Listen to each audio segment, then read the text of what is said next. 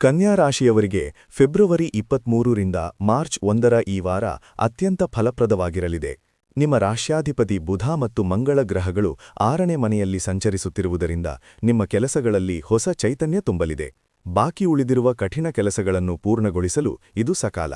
ನಿಮ್ಮ ವಿಶ್ಲೇಷಣಾತ್ಮಕ ಶಕ್ತಿಯಿಂದ ಎಂತಹ ಕಷ್ಟದ ಸಮಸ್ಯೆಗಳಿಗೂ ಸುಲಭವಾಗಿ ಪರಿಹಾರ ಕಂಡುಕೊಳ್ಳುತ್ತೀರಿ.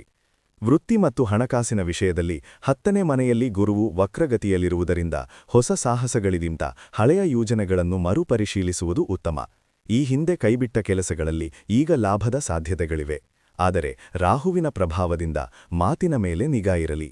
ಇಮೇಲ್ ಅಥವಾ ಸಂದೇಶಗಳನ್ನು ಕಳುಹಿಸುವ ಮುನ್ನ ಎಚ್ಚರಿಕೆ ವಹಿಸಿ. ಇದರಿಂದ ಸಹೋದ್ಯೋಗಿಗಳೊಂದಿಗೆ ತಪ್ಪು ತಿಳುವಳಿಕೆ ಉಂಟಾಗುವುದನ್ನು ತಪ್ಪಿಸಬಹುದು. ಕುಟುಂಬ ಮತ್ತು ಸಂಬಂಧಗಳ ವಿಚಾರದಲ್ಲಿ 7ನೇ ಮನೆಯಲ್ಲಿರುವ ಶನಿಯು ನಿಮ್ಮಿಂದ ತಾಳ್ಮೆಯನ್ನು ನಿರೀಕ್ಷಿಸುತ್ತಿದ್ದಾನೆ. ಸಂಗಾತಿ ಅಥವಾ ಆಪ್ತರೊಂದಿಗೆ ಬಾಂಧವ್ಯ ಗಟ್ಟಿಗೊಳಿಸಲು ಇದು ಪಕ್ವ ಸಮಯ.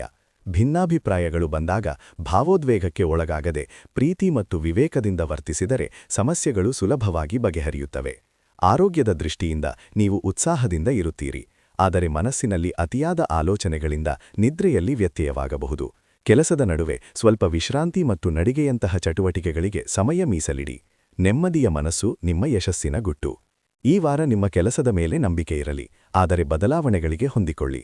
ಎಲ್ಲದಕ್ಕೂ ಈಗಲೇ ಉತ್ತರ ಬೇಕೆಂದು ಹಠ ಮಾಡದೆ ಪ್ರಸ್ತುತ ಕ್ಷಣದಲ್ಲಿ ಉತ್ತಮವಾಗಿ ಕಾರ್ಯನಿರ್ವಹಿಸಿ. ಸಂಘಟಿತರಾಗಿ ಮತ್ತು ಸಕಾರಾತ್ಮಕವಾಗಿರಿ. ಎಲ್ಲವೂ ಶುಭವಾಗಲಿದೆ. ಈ ವಾರ ನಿಮಗೆ ಯಶಸ್ಸು ತರಲಿ.